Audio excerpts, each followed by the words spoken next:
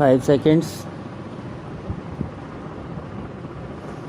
They are sent to the CAG by name specifically and are returned as soon as the work is over.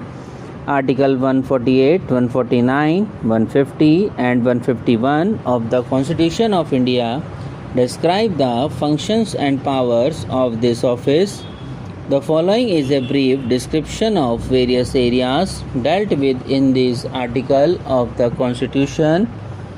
Article 149, duties and powers of the Comptroller and Auditor General to perform such duties and exercise such powers in relation to accounts of the Union of India and the states and of any other bodies or authority as may be prescribed by any law made by the Parliament.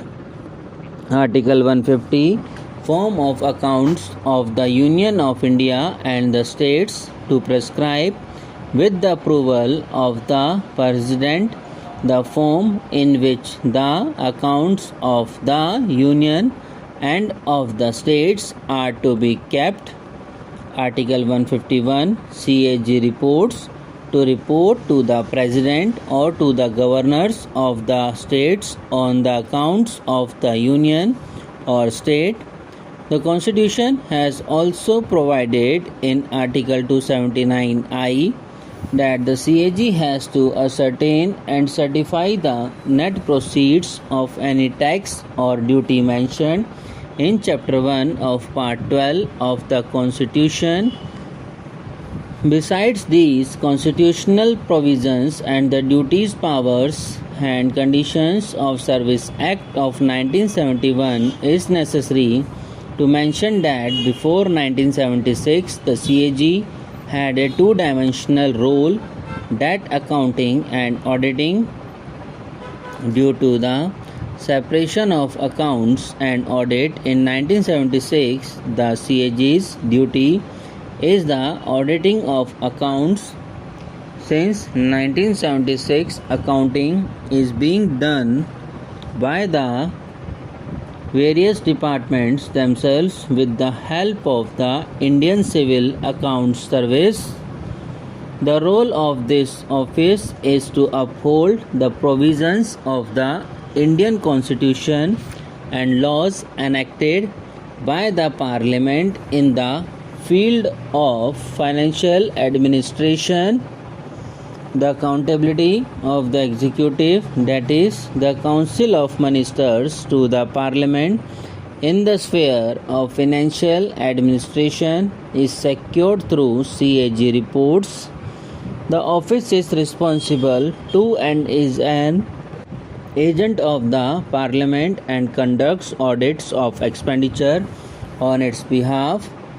The CAG has to ascertain whether money shown in the accounts as having been disbursed was legally available for and applicable to the service or the purpose in which they have been applied or charged, and whether the expenditure conforms to the authority that governs it.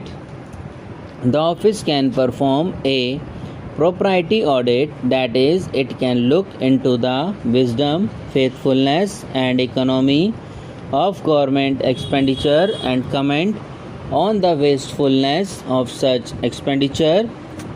However, unlike the legal and regulatory audit, which is obligatory on the part of the CAG, the proprietary audit is discretionary. The Secret Service expenditure is a limitation on the auditing role of the CAG. In this regard, the CAG cannot call for particulars of expenditure incurred by the executive agencies, but has to accept a certificate from the competent administrative authority that the expenditure has been so incurred under his authority. The Constitution of India visualizes this office to be comptroller as well as Auditor General. Subscribe now and press the bell icon. Never miss an update.